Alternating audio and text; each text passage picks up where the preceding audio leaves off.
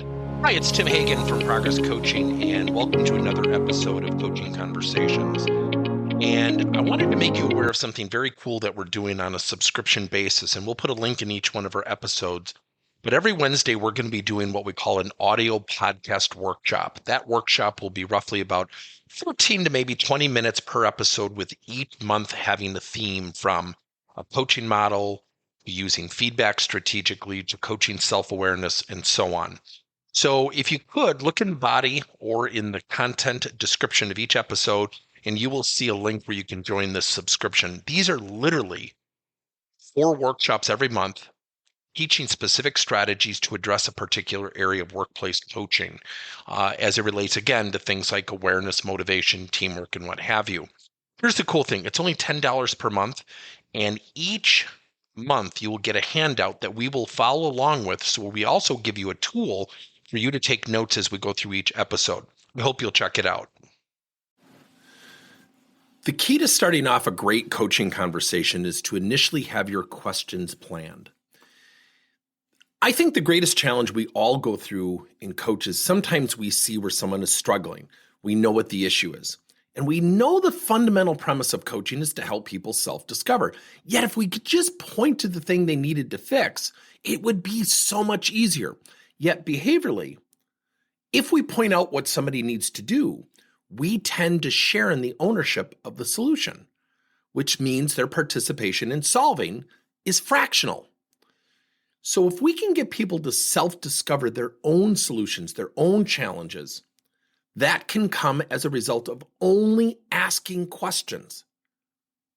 See, if we tell people what to do, they can almost become complacent or even robotic in their thinking because someone's doing the thinking or the solving for them. Yet if we ask questions, so one of the great things that we encourage is that have your first 3 questions typically starting with the word what, ready to go.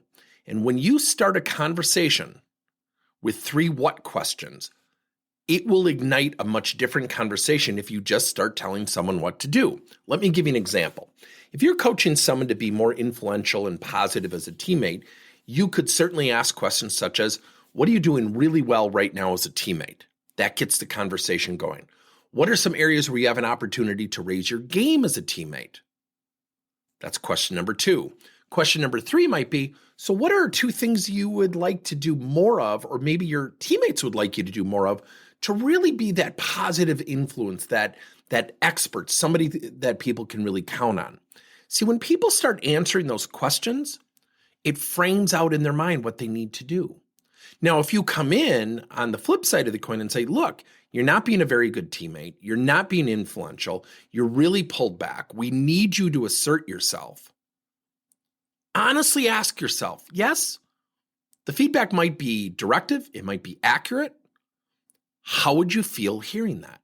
Would you be a willing participant, or would you be a participant begrudgingly, meaning, okay, I guess I'll do that?